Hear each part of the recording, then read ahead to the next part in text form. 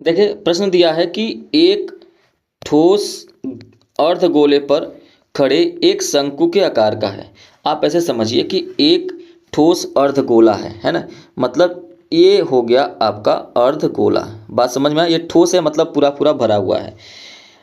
अब इसके ऊपर एक शंकु के आकार का है, इसके ऊपर एक शंकु रखा गया, इस तरीके से शंकु बनाया गया है। ठीक, जिनकी त्रिज्याएं 2 सेंटीमीटर, त्रिज्याएं मतलब कि दोनों की जो त्रिज्याएं हैं, चाहे वो अर्धगोले का हो चाहे वो शंकु का हो, दोनों की त्रिज्याएं जो है वो 2 सेंटीमीटर है। आगे कह रहा है कि शंकु की तिर्यक ऊंचाई, मतलब जी जो शंकु की तिर्यक ऊंचाई है वो 2√2 सेंटीमीटर है। तो इस ठोस का आयतन ज्ञात करिए और पाई का जो मान है वो 3.14 का यूज करिए। और जब भी पाई का मान कहेगा तो आपको रखना पड़ेगा। तो अब एक बात यहाँ पे ध्यान समझिए कि इसकी ऊंचाई कितनी हो जाएगी, तो ये हो जाएगी, ये हो गया आपका h, हम ये मान लेते हैं। लेकिन अगर हम यहाँ से यहाँ तक की माने तो ये भी तो एक प्रकार का त्रिज्या होगा जिसकी लंबाई जो होगी 2 सेंटीमीटर ही होगी। अब अगर हम प्रश्न में आगे बढ़ें, तो जब प्रश्न में आगे बढ़ेंगे तो दिया क्या क्या है पहले वो लिखेंगे। तो आप कहेंगे कि दिया है, क्या लिखेंगे, दिया है त्रिज्या मतलब r बराबर 2 सेंटीमीटर और तिर्यक ऊंचाई मतलब l बराबर क्या हो जाएगा आपका 2√2 सेंटीमीटर। ये दोनों दिया हुआ है।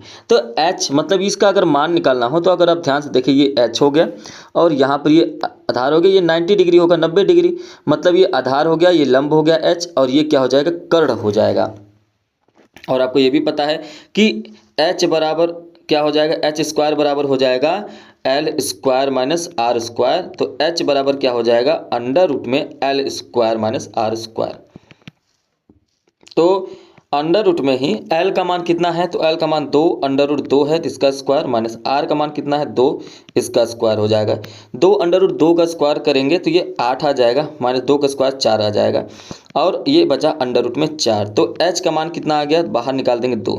तो जो ऊंचाई है ना ये भी कितना आ गया, 2 सेंटीमीटर आ गया है। तो ये भी आपको पता चल गया।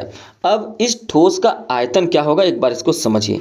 इस ठोस का आयतन क्या होगा, तो अगर आपने आइसक्रीम देखा है तो आइसक्रीम के बाहर जितना भी दिखाई दे रहा है, आइसक्रीम इस तरीके का बना होता है और यही इमेज यहाँ पर दिखाया गया है। ये बस उल्टा कर दिया गया है, आप स्क्रीन को उल्टा करके एक बार देख सकते हैं, ये आइसक्रीम ही है। तो इसका आयतन ये जो इमेज में दिखाया जा रहा है यही है, आयतन यही है। मतलब इस शंकु का जो आयतन है प्लस कर दीजिए इस अर्धगोले का जो आयतन है, यही इसका टोटल आयतन है ना। ठीक है, तो यही हमको लिखना है तो हम लिख सकते हैं, क्या लिख सकते हैं कि इस ठोस का आयतन, इस ठोस का आयतन बराबर शंकु का आयतन, शंकु का आयतन प्लस अर्धगोले का आयतन, प्लस अर्धगोले का आयतन। अब शंकु का आयतन क्या होता है, 1/3 पाई आर स्क्वायर एच प्लस अर्धगोले का आयतन क्या होता है, 2/3 पाई आर क्यूब। ठीक है, 1/3 पाई आर स्क्वायर एच है। तो अब यहाँ पर हम लोग 1/3 दोनों में पाई आर स्क्वायर है तो कॉमन ले सकते हैं, कॉमन लेंगे तो एच प्लस 2r बचेगा।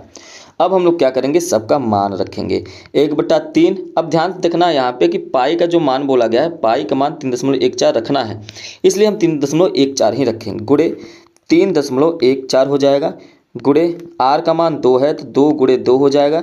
ब्रैकेट में एच का मान कितना आया है, कहेंगे 2 आया है, 2 प्लस 2 गुणे आर का मान कितना है, तो आर का मान 2 ही है, 2 गुणे 2 हो जाएगा, ब्रैकेट बंद। 1/3 है तो पहले आप ध्यान से देखिए कि 3.14 जो है 3.14 गुणे 4 कर लेते हैं और बटे में 3 कर लेते हैं और फिर और गुणा कर लेते हैं, ये हो जाएगा 2 + 4 हो जाएगा।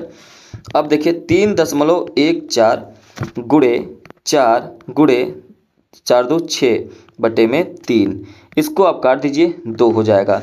अब क्या करना है, 3.14 में 4 का गुणा करेंगे तो 12.56 आएगा, बचा 2, इसका गुणा कर देंगे तो आएगा 25.12 सेंटीमीटर क्यूब हो जाएगा, क्योंकि आयतन पूछा है और यही हमारा क्या हो जाएगा, आंसर हो जाएगा। सब्सक्राइब जरूर करें अगर प्रश्न आपको समझ में आया हो तो।